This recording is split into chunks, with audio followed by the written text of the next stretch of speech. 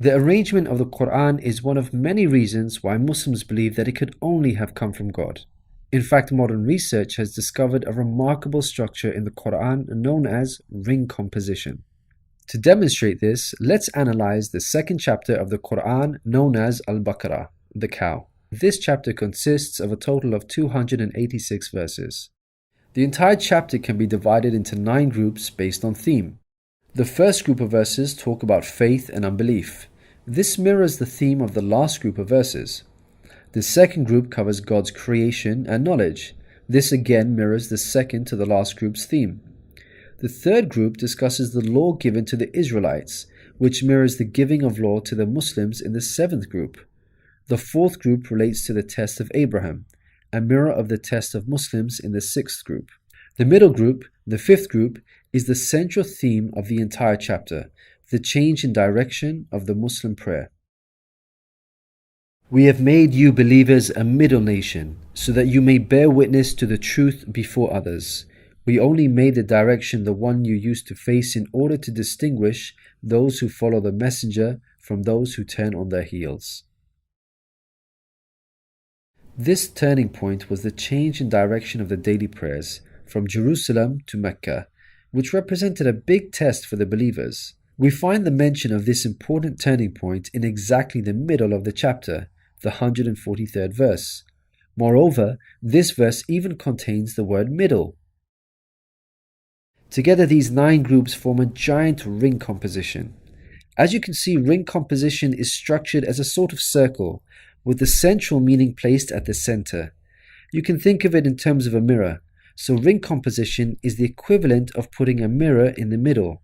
What is mentioned in the first half will be reflected in the second half. Things can be taken a step further. If we examine these 9 groups, we find that they each contain sub-ring compositions. So what we have is rings within rings. For example, here is the 8th group with the theme of God's creation and knowledge. We can see that the beginning and the end both have the themes of giving and charity, and the central theme of God's power and knowledge is placed in the middle. Things can be taken further still. This sub-ring contains yet another ring within itself. This is the 255th verse known as Ayat al-Kursi, the verse of the throne. Just like the chapter which contains it, the verse of the throne can be divided into 9 groups based on theme. The first and 9th parts each mention God's personal names. The 2nd and 8th parts both state that God never tires.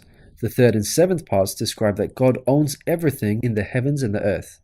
The 4th and 6th parts make it clear that God has total control over us and we are dependent on Him. Notice that the middle of this verse mentions before and after, which could be yet another allusion to the mirroring of ring composition.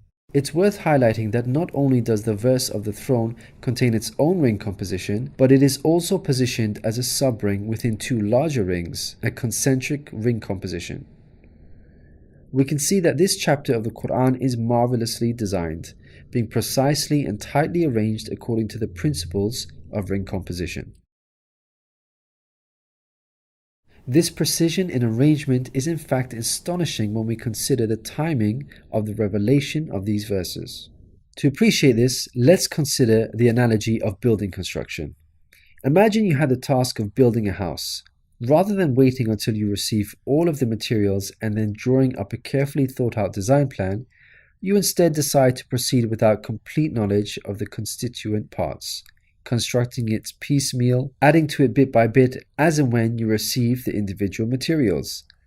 What are the chances that this approach will result in a well-constructed house? Unlike an organized approach where each part is placed in its best possible position according to a design plan, instead you have a situation where it seems each part is placed arbitrarily, depending on the order in which the parts were received. In such circumstances, you would most likely end up with a very poorly designed house, liable to collapse at any time. It is highly unlikely, perhaps even impossible, that this disorganized approach would end up with the same stunningly designed house as an organized approach. Yet this is exactly what we find with the Quran's structure. The builder in our example is the Prophet Muhammad, peace be upon him. The house that he began to build since its first verses were revealed to him is the Quran. The rooms and bricks in our construction example are its chapters and verses. He can never have a design plan in place for the Quran because the revelation of many of its verses depended on events that were out of his control, such as the social developments and challenges that he faced throughout his prophethood. For example, believers would come up to him and question him on a particular matter, or his enemies would challenge him. The responses in the form of revelation would then descend on him, addressing the specific situation that he was facing. How could Muhammad have devised such an intricate plan when he could not predict the events that would dictate the revelation of verses? Such an arrangement would have to be planned in advance, but this was not possible due to these events being out of his control. What this demonstrates is that the author was someone who could predict the future. Possessing knowledge of the unseen is a quality of God, not human beings. Some critics may point out that books prior to the Quran had this literary style and therefore we cannot use this as an evidence for the Quran's divine origin. However, comparing the Quran to other books is like comparing night and day for many reasons. Firstly, Prophet Muhammad, peace be upon him, was not a poet nor did he have any literary reputation. In fact, like many people at the time, he could not read or write. Secondly, most people would assume that the Quran is arranged chronologically, starting with the first revealed verse and ending with the final revealed verse. This is the order in which books are typically written, in a logical sequence starting with the beginning, then the middle, and finally the end. But the way the Quran was composed is unlike any other book. Al-Baqarah, the chapter of the Quran that we have covered, was not revealed starting with verse 1, followed by verse 2, then 3, and so on. Rather, its verses were revealed out of sequence over a span of many years and interspaced with the revelation of verses from other chapters. The Quran's unusual manner of revelation makes implementing ring composition much more difficult than conventional books. Thirdly, conventional books follow an editorial process by undergoing multiple stages of editing, which allows the author to gradually refine the text over time.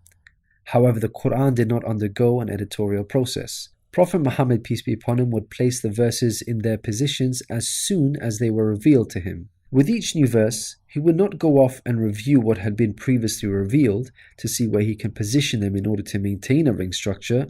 Rather, spontaneous revelation was immediately followed by the placement of the verse, its position fixed.